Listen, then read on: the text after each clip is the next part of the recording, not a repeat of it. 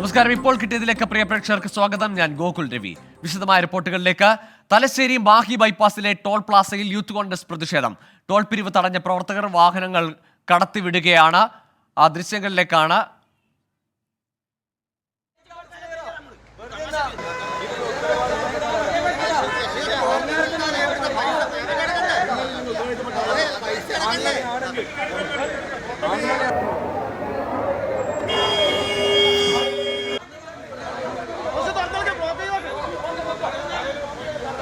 സജോ ദേവസ്യ ചേരുന്നുണ്ട് കണ്ണൂരിൽ നിന്നും വിശദാംശങ്ങളുമായി. സജോ, ഔദ്യോഗിക ഉദ്ഘാടനത്തിന് മുന്നേ തന്നെ ടോൾ പിരിവ് തുടങ്ങിയ ഇടമാണ്. ഏതായാലും ഇപ്പോഴും ആ ടോൾ പ്ലാസയുടെ നിയന്ത്രണം യൂത്ത് കോൺഗ്രസ് പ്രവർത്തകരുടെ കയ്യിലാണോ?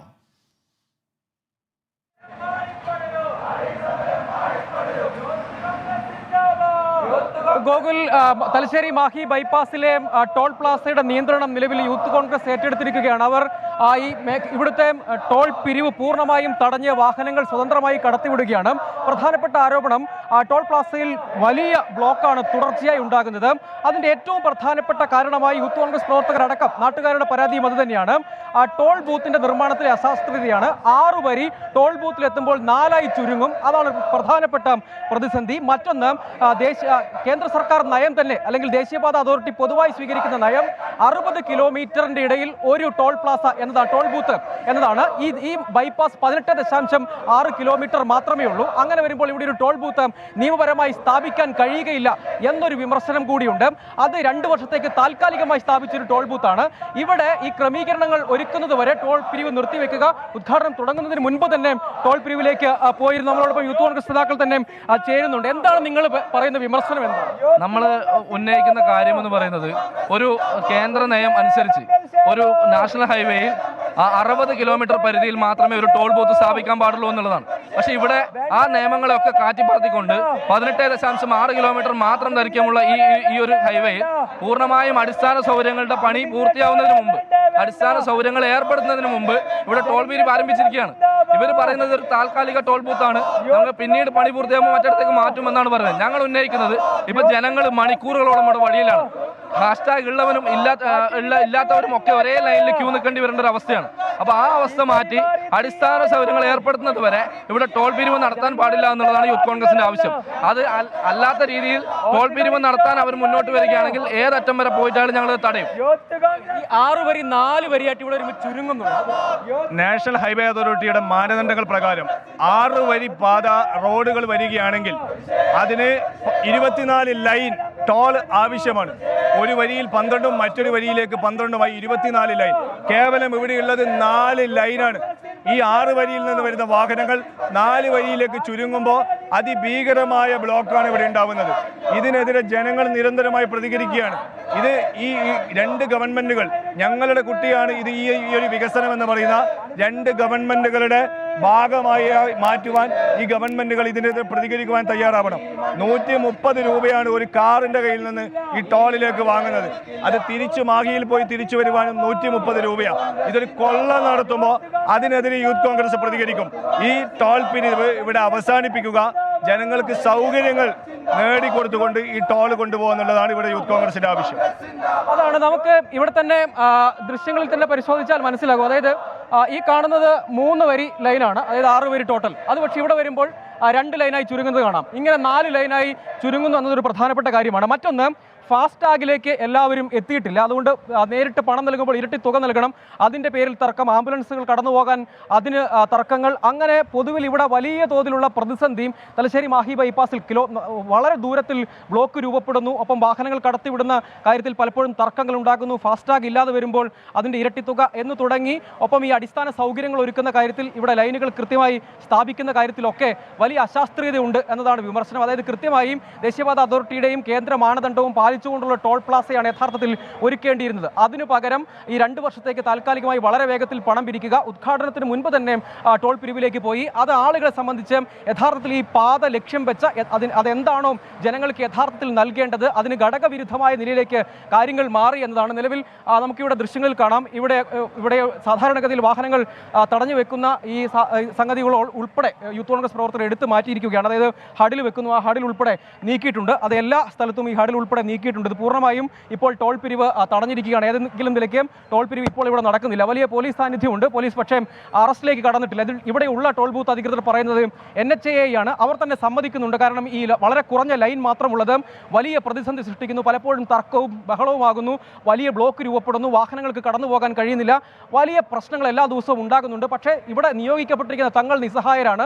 NHAIയുടെ പ്രൊജക്ട് ഓഫീസർ ഉൾപ്പെടെ മുകളിലേക്കുള്ള ഉദ്യോഗസ്ഥരാണ് ഇക്കാര്യത്തിൽ തീരുമാനമെടുക്കേണ്ടതെന്നാണ് ഇവിടെ നിയോഗിക്കപ്പെട്ട ഈ ടോൾ പ്ലാസയിൽ നിയോഗിക്കപ്പെട്ട ഉദ്യോഗസ്ഥർ പറയുന്ന ഒരു കാര്യം. തങ്ങൾ നിസ്സഹായരാണ്. ഈ വിമർശനങ്ങൾ വസ്തുതയാണെന്ന് അവർ തന്നെ യൂത്ത് കോൺഗ്രസ് പ്രവർത്തകരടക്കം സംസാരിച്ചപ്പോഴും നേരത്തെ നമ്മളോടുമൊക്കെ അവർ തുറന്ന് സമ്മതിക്കുന്നുണ്ട്. ശരിയാണ്, ഈ ടോൾ പ്ലാസ അശാസ്ത്രീയമാണ് എന്ന് ഇവിടെ നിയോഗിക്കപ്പെട്ട NHAIയുടെ ഉദ്യോഗസ്ഥർ തന്നെ, ഒപ്പം ഈ ടോൾ പ്ലാസയിൽ നിയോഗിക്കപ്പെട്ട ഉദ്യോഗസ്ഥരടക്കം പറയുന്നുണ്ട്. പക്ഷേ അത് ഏതെങ്കിലും നിലയ്ക്ക് ഇതിനിൽ പരിഹാരം ഉണ്ടാക്കേണ്ടത്, അതായത് ഇവിടെ അടക്കമുള്ള ഇവിടെ വളരെ വീതിയിൽ നിർമ്മിച്ചു വെച്ചിരിക്കുന്ന ഈ ഒരു ഭാഗം ഉൾപ്പെടെ നീക്കം ചെയ്തുകൊണ്ട് ഈ ലൈൻ കൂട്ടുക എന്നതാണ് ചെയ്യാൻ കഴിയുന്ന ഒരു കാര്യം. പക്ഷേ അതിൽ തീരുമാനം ഉണ്ടാകേണ്ടത് NHAI തലത്തിൽ അല്ലെങ്കിൽ ഉദ്യോഗസ്ഥ തലത്തിൽ, ഉയർന്ന ഉദ്യോഗസ്ഥ തലത്തിലാണ് ഉണ്ടാവേണ്ടത് എന്നതാണ് അവർ പറയുന്ന ഒരു പ്രധാനപ്പെട്ട കാര്യം. അതിലേക്കടക്കമുള്ള നടപടികൾ ഉണ്ടാകണമെന്ന് ആവശ്യപ്പെടുന്നു. സർക്കാരുകൾ അവരുടെ വികസന നേട്ട അവകാശവാദങ്ങൾ പലപ്പോഴും പറയുന്നുണ്ട്. പക്ഷേ അത് ജനങ്ങളെ സംബന്ധിച്ചിടത്തോളം ഇത്രയും വലിയ, അതായത് കൃത്യമായി പണം പിരിക്കുന്ന കാര്യത്തിൽ മാത്രമേ താല്പര്യമെടുക്കുന്നുള്ളൂ എന്നൊരു വിമർശനമാണ്. കാരണം തികച്ചും ന്യായമായ വിമർശനമാണ്. അതുകൂടി പരിഗണിച്ചാണ് ഏതായാലും യൂത്ത് കോൺഗ്രസ് ഇപ്പോഴും സമരം തുടരുന്നു. ഇപ്പോൾ ഇവിടെ ടോൾ പിരിവ് ഏതായാലും പൂർണ്ണമായും തടസ്സപ്പെട്ടിരിക്കുകയാണ്. ഗോകുൽ. ശരി സജോ, ഏതായാലും തലശ്ശേരി മാഹി ബൈപ്പാസ്, ആ ബൈപ്പാസിൻ്റെ ഉദ്ഘാടനം അത് BJPയും CPMഉം ഒരുപോലെ അതിൻ്റെ ക്രെഡിറ്റിന് വേണ്ടി വലിയ റാലിയും അതുവഴി ഉദ്ഘാടന യാത്രയും ഒക്കെ നടത്തിയ ഇടം തന്നെയാണ്. പക്ഷേ അവിടെ വലിയ ഗതാഗത കുരുക്കുണ്ടാകുന്നു ആ ടോൾ പ്ലാസ മൂലം. ജനങ്ങൾക്ക് വലിയ ബുദ്ധിമുട്ട് അത് ഉയർത്തിക്കൊണ്ടാണ് യൂത്ത് കോൺഗ്രസിൻ്റെ നേതൃത്വത്തിൽ ഇപ്പോൾ പ്രതിഷേധം നടത്തിയതും ഇപ്പോൾ ആ ടോൾ പിരിവ് നടത്താതെ വാഹനങ്ങൾക്ക് സുഗമമായി കടന്നു പോകുന്ന തരത്തിലേക്ക് ആ ടോൾ ബൂത്തിൻ്റെ നിയന്ത്രണം തന്നെ ഏറ്റെടുത്തിരിക്കുകയാണ് യൂത്ത് കോൺഗ്രസ് പ്രവർത്തകർ. സജോ ദേവസിയാണ് വിവരങ്ങൾ നൽകിയത്. സുപ്രീം കോടതിയിൽ മുദ്രവച്ച കവറിൽ നൽകിയ ഇലക്ട്രൽ ബോർഡ് വിവരങ്ങൾ തെരഞ്ഞെടുപ്പ് കമ്മീഷൻ പ്രസിദ്ധീകരിച്ചു. 2019 സുപ്രീം കോടതിയിൽ നൽകിയ വിവരങ്ങളാണ് കമ്മീഷൻ പുറത്തുവിട്ടത്. 2017-18 വരെയുള്ള സാമ്പത്തിക വർഷത്തെ വിവരങ്ങളാണ് ഉൾപ്പെടുന്നത്. 2019 ലോക്സഭാ തെരഞ്ഞെടുപ്പിന് മുൻപ് 1450 കോടിയുടെ ബോണ്ട് BJPക്ക് ലഭിച്ചു.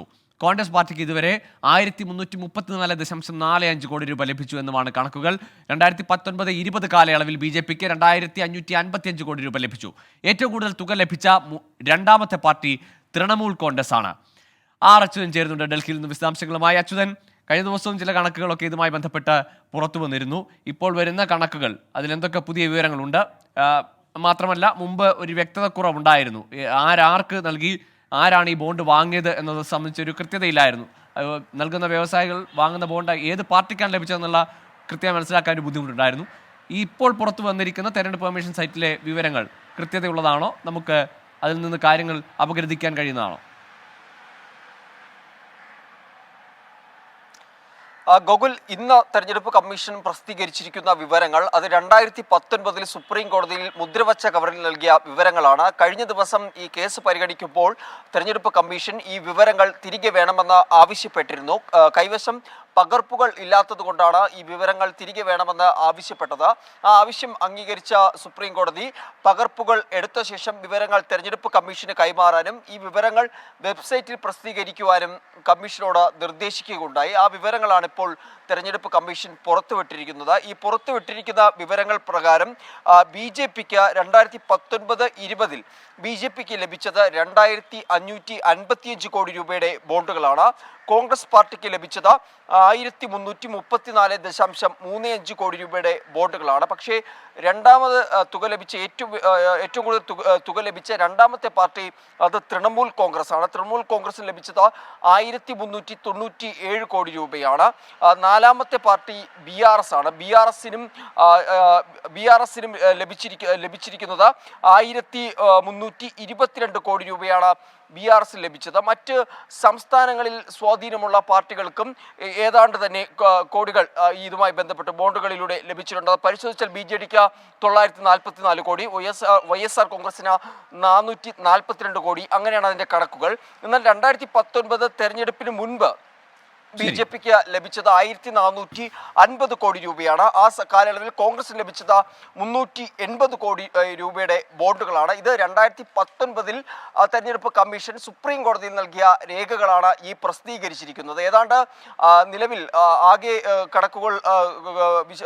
കണക്കുകൾ പരിശോധിച്ചാൽ ബോണ്ടുകളുടെ 50% BJPക്കാണ് ലഭിച്ചിരിക്കുന്നത്. ഏതാണ്ട് ഇലക്ട്രൽ ബോണ്ടുകളുമായി ബന്ധപ്പെട്ട് 2019 സുപ്രീം കോടതിയിൽ തെരഞ്ഞെടുപ്പ് കമ്മീഷൻ നൽകിയ വിവരങ്ങളാണ്. അതാണിപ്പോൾ ഔദ്യോഗിക വെബ്സൈറ്റിൽ പ്രസിദ്ധീകരിച്ചിരിക്കുന്നത്. ഇപ്പോൾ കിട്ടിയതിലേക്ക് വീണ്ടും കോൺഗ്രസിന്റെ നേതൃത്വത്തിൽ ഇന്ത്യ മുന്നണിയുടെ ശക്തി പ്രകടന റാലിക്ക് അല്പസമയത്തിനകം മുംബൈയിൽ തുടക്കമാകും. ശിവാജി പാർക്കിലാണ് പരിപാടി.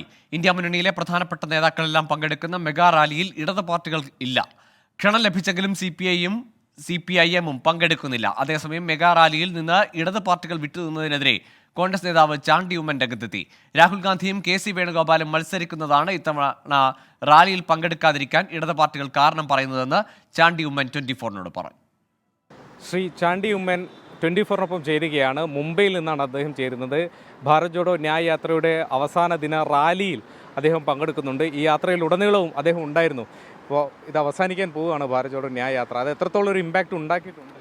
തീർച്ചയായിട്ടും രാഹുൽജി 10,000 കിലോമീറ്റർ ഈ രാജ്യത്തിന് വേണ്ടി നടക്കുകയും അതോടൊപ്പം തന്നെ ഈ യാത്രയിലൂടെ 6,000 കിലോമീറ്റർ മൊത്തം 10,000 കിലോമീറ്റർ നടക്കുകയും യാത്രയൊക്കെ ചെയ്തത് തീർച്ചയായിട്ടും ജനങ്ങളുടെ മനസ്സിൽ അത് വളരെയധികം സ്ഥാനം പിടിച്ചിട്ടുണ്ടെന്നാണ് ഞാൻ മനസ്സിലാക്കുന്നത്. ഈ യാത്രയുടെ പേര് തന്നെ ഭാരത് ജോഡോ ആണ്, ഒന്നിപ്പിക്കുന്നതാണ്. പക്ഷേ പലപ്പോഴും ഈ മുന്നണി ഇപ്പോൾ ഇന്ത്യ അലയൻസ് പോലും നോക്കുകയാണെങ്കിൽ നേരത്തെ ഉണ്ടായിരുന്ന പലരും വിട്ടുപോകുന്നു, ഒന്നിച്ച് നിൽക്കാൻ ബുദ്ധിമുട്ടുന്ന പോലെ തോന്നുന്നുണ്ട്. അതല്ല, ഇപ്പം ഇന്ന് പരിപാടി പങ്കെടുക്കാത്ത ആരാ? ഇടതുപക്ഷ നേതാക്കന്മാർ. അപ്പം ഇന്ന് പറയുന്ന കാരണം എന്താ? രാഹുൽജി മത്സരിക്കുന്നു, KC മത്സരിക്കുന്നു കേരളത്തിൽ. അപ്പം കഴിഞ്ഞ ജോഡോ യാത്രയ്ക്ക് എന്താ കശ്മീർ വരായിരുന്നത്? മുംബൈയിൽ നിന്ന് ശ്രീനാഥ് ചന്ദ്രൻ ചേരുന്നുണ്ട് വിശദാംശങ്ങളുമായി. ശ്രീനാഥ്, മണിപ്പൂരിൽ നിന്ന് തുടങ്ങി മഹാരാഷ്ട്ര വരെ എത്തുന്നതിനിടയിൽ വലിയ രാഷ്ട്രീയ മാറ്റങ്ങൾ നമ്മൾ കണ്ടതാണ്. നിതീഷ് കുമാർ മുന്നണി വിട്ടു പോകുന്നത് ഉൾപ്പെടെയുള്ള നീക്കങ്ങൾ കണ്ടു. അതിനിടയിലും SP-യുമായൊക്കെ സഖ്യമുണ്ടാക്കാനൊക്കെ ആയത് നേട്ടമായി കരുതുമ്പോഴും ഒടുവിൽ ഈ അവസാനം സമാപനത്തിൽ ഇടത് പാർട്ടികൾ വിട്ടുനിൽക്കുന്നത് കല്ലുകടിയാകുമോ?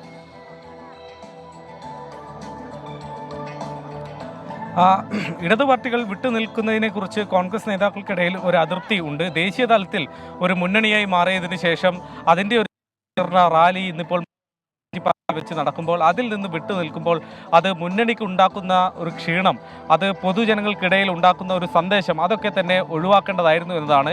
അല്പസമയം മുമ്പ് KC വേണുഗോപാലുമായി നമ്മൾ സംസാരിച്ചിരുന്നു. അദ്ദേഹം പറഞ്ഞത് രാഹുൽ ഗാന്ധി തന്നെ നേരിട്ട് ഈ പാർട്ടികളുടെയൊക്കെ തന്നെ നേതാക്കളെ നേരിട്ട് ക്ഷണിച്ചതാണ്. പാർട്ടി അധ്യക്ഷൻ മല്ലികാർജ്ജുൻ ഖാർഗെ പാർട്ടി അധ്യക്ഷന്മാർക്കൊക്കെ തന്നെ കത്ത് നൽകിയതുമാണ്. എന്നിട്ടും പങ്കെടുക്കാതിരിക്കുന്നത് അത് അത്തരമൊരു തീരുമാനത്തിലേക്ക് പോകരുതായിരുന്നു എന്നതായിരുന്നു അദ്ദേഹത്തിൻ്റെ പ്രതികരണം. ചാണ്ടി ഉമ്മനും സമാനമായ പ്രതികരണം നടത്തി. ഒരു പരിധിക്ക് അപ്പുറത്തേക്ക് ഇത് BJPയുമായി CPMനുള്ള ഒരു ബന്ധമാണ് എന്നുകൂടി അദ്ദേഹം പറഞ്ഞു വെക്കുന്നുണ്ട്. ആ ഒരു ബന്ധം ഇങ്ങനെ പല ഘട്ടങ്ങളിലായി പുറത്തേക്ക് വരികയാണ്. ഇപ്പോൾ കേരളത്തിൽ രാഹുൽ ഗാന്ധിയും KC വേണുഗോപാലും മത്സരിക്കുന്നതാവും ഒരുപക്ഷെ ഇപ്പോഴുള്ള ഒരു കാരണമായി എടുത്തു പറയുന്നത്. മുന്നണി സമവാക്യങ്ങളൊക്കെ മറികടന്നുകൊണ്ടാണ് കോൺഗ്രസ് അത്തരമൊരു നീക്കത്തിലേക്ക് പോയത് എന്നൊരു ആരോപണം ഒരു പരിധിവരെ CPM ഉന്നയിക്കുന്നുണ്ട്. പക്ഷേ അങ്ങനെയെങ്കിൽ ഇതിനു മുമ്പ് ഭാരത് ജോഡോ യാത്രയുടെ ആദ്യ പതിപ്പ് കശ്മീരിൽ അവസാനിച്ചപ്പോൾ അതിൽ എന്തുകൊണ്ട് CPM പങ്കെടുത്തില്ല എന്നൊരു ചോദ്യം കൂടി അദ്ദേഹം ചോദിക്കുന്നുണ്ട്. അതുകൊണ്ട് ഇതൊരു പുതിയൊരു നയമായി, പുതിയൊരു സാഹചര്യമായി കാണേണ്ടതില്ല. ഇത് CPMന്റെ ഒരു പൊതു നിലപാടായി കാണേണ്ടി വരും എന്നതാണ് ചാണ്ടി ഉമ്മന്റെ വിമർശനം. ഏതായാലും CPMഉം CPIയും വിട്ടു നിൽക്കും. നേരത്തെ CPI കശ്മീരിൽ നടന്ന ആദ്യ ഭാരത് ജോഡോ യാത്രയുടെ അവസാന ദിനം പങ്കെടുത്തിരുന്നു. ഇത്തവണ CPIയും വിട്ടു നിൽക്കുകയാണ്. പക്ഷേ ഈ രണ്ട് പാർട്ടികളെ മാറ്റി നിർത്തിയാൽ നിലവിൽ മുന്നണിക്ക് അകത്തുള്ള എല്ലാ പാർട്ടികളുടെയും പങ്കാളിത്തം പ്രതീക്ഷിക്കുന്നുണ്ട്. ഇതിനോടകം തന്നെ DMK നേതാവ്, തമിഴ്നാട് മുഖ്യമന്ത്രി MK സ്റ്റാലിൻ അടക്കമുള്ളവർ ഇവിടെ എത്തിക്കഴിഞ്ഞിരിക്കുന്നു.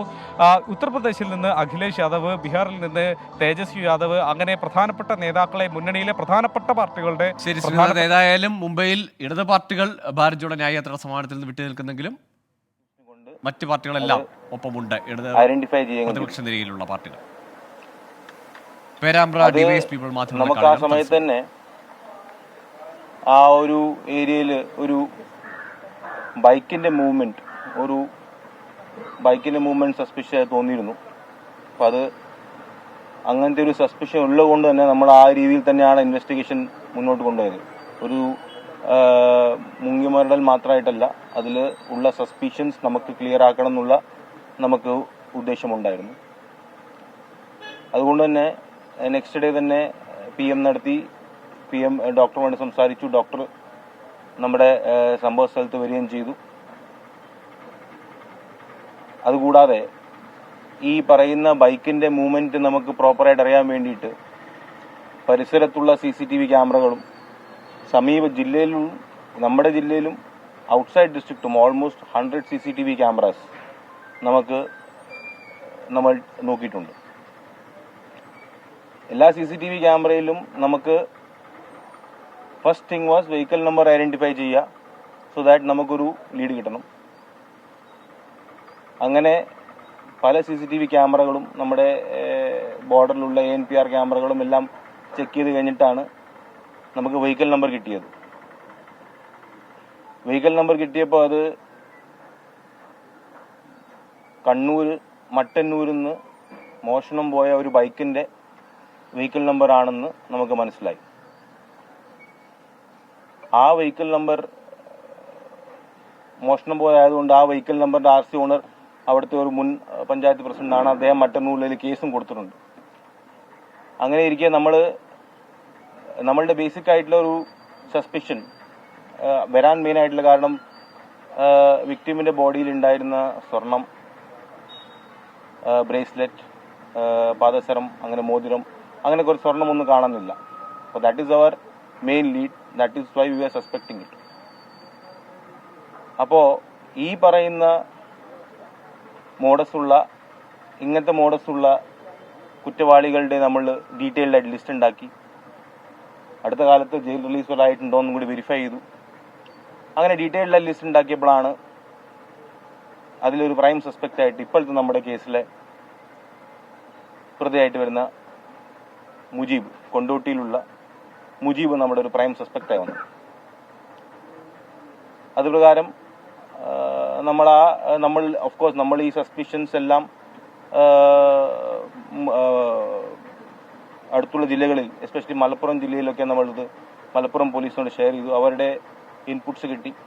അത് പ്രകാരം സൈബർ സെല്ലിന്റെ സഹായത്തോടെയും പിന്നെ അവിടെയുള്ള മലപ്പുറം പോലീസിലെ സഹായത്തോടെയും നമുക്ക് ഇദ്ദേഹത്തിനെ ലൊക്കേറ്റ് ചെയ്യാൻ പറ്റി. ലൊക്കേറ്റ് ചെയ്തിട്ട് നമുക്ക് ഇദ്ദേഹത്തിനെ ഈ പ്രതിയെ നമുക്ക് പിടിക്കാൻ പറ്റി. നല്ലൊരു ജോയിന്റ് ഓപ്പറേഷൻ ആയിരുന്നു. ഇവിടുത്തെ കോഴിക്കോട് റൂറലിലെ പോലീസും മലപ്പുറം പോലീസും ലോക്കലായിട്ട് ഒരുമിച്ച് വെച്ചിട്ടാണ് അദ്ദേഹത്തിന്റെ വീട്ടിൽ നിന്ന് അദ്ദേഹത്തിനെ എടുക്കുന്നത്. അത് കഴിഞ്ഞിട്ട് നമ്മുടെ അടുത്തുള്ള എല്ലാ തെളിവുകളും, അതായത് അദ്ദേഹത്തിന്റെ മൂവ്മെന്റ് ഐഡന്റിഫൈ ചെയ്യുന്ന നമ്മുടെ we have technical digital evidence, അതുകൂടാതെ CCTVയുടെ എവിഡൻസ്, അതെല്ലാം വെച്ച് നിരത്തിയപ്പോൾ അദ്ദേഹത്തിന് കുറ്റം സമ്മതിക്കേണ്ടി വന്നു. ഈ പറയുന്ന നമ്മുടെ ഈ കേസിലെ പ്രതി മുജീബ് എന്ന് പറയുന്ന പ്രതി, അദ്ദേഹത്തിന് he has almost 50 odd cases against him. അതിന്റെ ഫുൾ ഡീറ്റെയിൽസ് നിങ്ങൾക്ക് തരുന്ന ഈ പത്രക്കുറിപ്പിൽ ഡീറ്റെയിൽസ് ഉണ്ട്. അപ്പോൾ അദ്ദേഹം അന്ന് 11-ാം തീയതി രാത്രി ഈ പറയുന്ന മട്ടന്നൂരുള്ള ഈ പറയുന്ന മുൻ പഞ്ചായത്ത് പ്രസിഡന്റിന്റെ വീടിൽ നിന്ന് അദ്ദേഹത്തിന്റെ ബൈക്ക് മോഷ്ടിക്കുകയും ആ വഴി ഇവിടെ വരികയും ആ വഴി ഇവിടെ വരുന്ന ഈ കൃത്യം നടന്ന സമയത്തിൽ ഈ പേരാമ്പ്ര ഭാഗത്ത് നമ്മുടെ വിക്ടിമിനെ അവിടെ കണ്ടുമുട്ടുകയും വിക്ടിമിന് ധൃതിയായിട്ട് ഹസ്ബൻഡ് വെയിറ്റ് ചെയ്യുന്ന നേരത്ത് പോകാൻ ധൃതിയുള്ളതുകൊണ്ട് ഒരു ലിഫ്റ്റ് കൊടുക്കാമെന്ന ഒരു എക്സ്ക്യൂസിൽ ബൈക്കിൽ കയറ്റുകയും എന്നിട്ട് ഹാഫ് വേ കനാൽ ഭാഗത്ത് ബൈക്ക് നിർത്തിയിട്ട് ഈ പറയുന്ന വിക്ടിമിനോട് ഒന്ന് ഇറങ്ങാൻ പറയുകയും അദ്ദേഹത്തിന് എന്തോ വാഷ്റൂം ഓണെന്ന് പറഞ്ഞ് വിക്ടിം ഇറങ്ങി നിന്നപ്പോൾ വിക്ടിമിനെ തള്ളി കനാലിലേക്ക് ഇട്ടിട്ട് വിക്ടിമിന്റെ കയ്യിലുണ്ടായിരുന്ന ബ്രേസ്ലെറ്റും പാദസരവും മോതിരവും ഒക്കെ അദ്ദേഹം എടുത്തുകൊണ്ട് പോയി. എന്നിട്ട് ഓടിച്ച ബൈക്ക് എടവണ്ണൂർ ഭാഗത്തേക്ക് പോയി ഉപേക്ഷിക്കുകയും പിന്നെ ഈ പറയുന്ന സ്വർണം വേറെ അദ്ദേഹത്തിന്റെ ഒരു ഫ്രണ്ടിന്റെ ഹെൽപ്പിലൂടെ ഒരു മലപ്പുറത്തുള്ള ഒരു സേട്ടുവിന്റെ കയ്യിൽ കൊടുത്തിട്ടുണ്ട്. ആൻഡ് ദാറ്റ് വി ഹാവ്, ആ സ്വർണം നമുക്ക് റിക്കവർ ചെയ്യാൻ പറ്റിയിട്ടുണ്ട്. That bike also we have recovered from the place. അപ്പോൾ ഇതില് ആസ് യു ക്യാൻ സി ഞാൻ പറഞ്ഞ പോലെ CCTV ക്യാമറകളിൽ മൊത്തവും ഇദ്ദേഹം ഹെൽമെറ്റ് ഇട്ടിട്ടുണ്ടായിരുന്നു. It very difficult to identify. പ്രോപ്പറായിട്ട് ഈ കേസിലെ എംഒസിനെ ഐഡന്റിഫൈ ചെയ്തിട്ട് സസ്പെക്ട്സിനെ ഐഡന്റിഫൈ ചെയ്തിട്ട് CCTV ക്യാമറകൾ പരിശോധിച്ചിട്ടുണ്ട്. അതുകൂടാതെ തന്നെ CCTV ക്യാമറ പരിശോധനയും സൈബർ സെല്ലിലെ ഡീറ്റെയിൽസും വെച്ചിട്ടാണ് നമ്മൾ ഈ പ്രതിയിലേക്ക് നമ്മൾ ലോക്കിൻ ആയത്. അതിൽ പേരാമ്പ്ര സ്റ്റേഷനിലെ ഇൻസ്പെക്ടറും പിന്നെ മേൽനോട്ടം വഹിക്കുന്ന നമ്മുടെ DYSPയും വളരെ ഡിലിജന്റായി വർക്ക് ചെയ്തിട്ടുണ്ട്. Kannur range DIG Thomason sir, അദ്ദേഹത്തിന്റെ കോൺസ്റ്റന്റ് ഡയറക്ഷൻസ് ഉണ്ടായിരുന്നു. ഈ പേരാമ്പ്ര അനുകൂല കേസുമായി ബന്ധപ്പെട്ട് എങ്ങനെയാണ് പ്രതി മുജീബിലേക്ക് എത്തിയത് എന്നതാണ് ഇപ്പോൾ പേരാമ്പ്ര DYSP വിശദീകരിച്ചത്. CCTV ദൃശ്യങ്ങളുടെ അടിസ്ഥാനത്തിലാണ് ആ പ്രതിയെ പിടികൂടിയ തെളിവുകളെല്ലാം ലഭിച്ചിട്ടുണ്ട്. ഒപ്പം സ്വർണ്ണാഭരണങ്ങൾ ഉൾപ്പെടെ കണ്ടെത്താനായിട്ടുണ്ട് എന്നതും പോലീസ് വ്യക്തമാക്കുന്നു. ഇനി ഇപ്പോഴത്തെ കാലാവസ്ഥ. ഇപ്പോഴത്തെ കാലാവസ്ഥ സമർപ്പിക്കുന്നത് Berger paints 100 years of trust.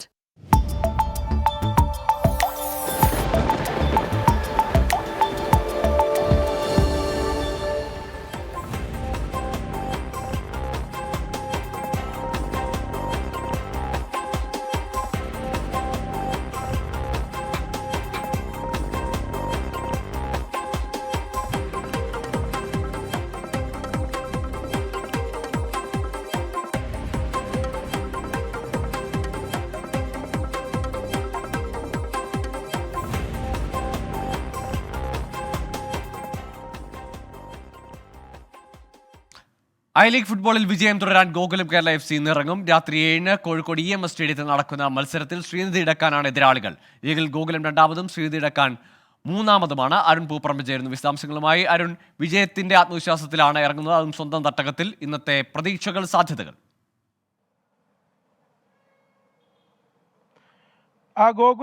Gokulam Kerala FCയെ സംബന്ധിച്ച് ഇനിയുള്ള മത്സരങ്ങളെല്ലാം നിർണായകമാണ്. അവശേഷിക്കുന്ന 4 മത്സരങ്ങളിൽ വിജയം നേടിയാൽ മാത്രമേ ലീഗിൽ ജേതാക്കളാകാൻ ഗോകുലം കേരള FCക്ക് സാധിക്കുകയുള്ളൂ. നിലവിൽ 1ാം സ്ഥാനത്തുള്ള മുഹമ്മദ് അൻസുമായി 8 പോയിന്റിന്റെ വ്യത്യാസമുണ്ട്. 20 മത്സരങ്ങളിൽ നിന്ന് 36 പോയിന്റുമായി ഗോകുലം കേരള FC ഇപ്പോൾ നിലവിൽ പോയിന്റ് പട്ടികയിൽ 3ാം സ്ഥാനത്താണ്. ഇന്ന് നിലവിലെ 4ാം സ്ഥാനക്കാരായിട്ടുള്ള ശ്രീനിധി ഡക്കാനുമായിട്ടാണ് ഗോകുലം കേരളത്തിന്റെ മത്സരം. ഗോകുൽ സൂചിപ്പിച്ചതുപോലെ തന്നെ 2 തുടർ പരാജയങ്ങൾക്കും ഒരു സമനിലയ്ക്കും ശേഷം കഴിഞ്ഞ മത്സരത്തിൽ ഐസ്വാൾ FCയെ പരാജയപ്പെടുത്തിയതിന്റെ ആത്മവിശ്വാസവുമായിട്ടാണ് ഇന്ന് ഗോകുലം കേരള FC കളത്തിലിറങ്ങുന്നത്. പ്രധാനമായും നായകൻ സാഞ്ചസിന്റെ മികച്ച മിന്നും ഫോം തന്നെയാണ് ഗോകുലത്തിന് ഏറെ പ്രതീക്ഷ നൽകുന്നത്. എന്നാൽ പ്രതിരോധ നിരയിലെയും അതോടൊപ്പം തന്നെ അവസരങ്ങൾ കൃത്യമായി ഗോളാക്കാൻ സാധിക്കാത്ത ചില പോരായ്മകൾ കൂടി പരിഹരിച്ചു കഴിഞ്ഞാൽ ഗോകുലം കേരളക്ക് മികച്ച മുന്നേറ്റം നടത്താൻ സാധിക്കുമെന്ന പ്രതീക്ഷ തന്നെയാണ് പങ്കുവെക്കുന്നത്. 7 മണിക്ക് കോഴിക്കോട് EMS സ്റ്റേഡിയത്തിലാണ് മത്സരം നടക്കുന്നത്. ശരി, അനിവാര്യമായ ഒരു ജയം തേടിയാണ് ഗോകുലം കേരള ഇറങ്ങുന്നത്. സ്വന്തം തട്ടകത്തിൽ കോഴിക്കോട് 7 മണിക്കാണ് മത്സരം. ഇതോടെ ഇപ്പോൾ കിട്ടിയത് പൂർണ്ണമാകുന്നു.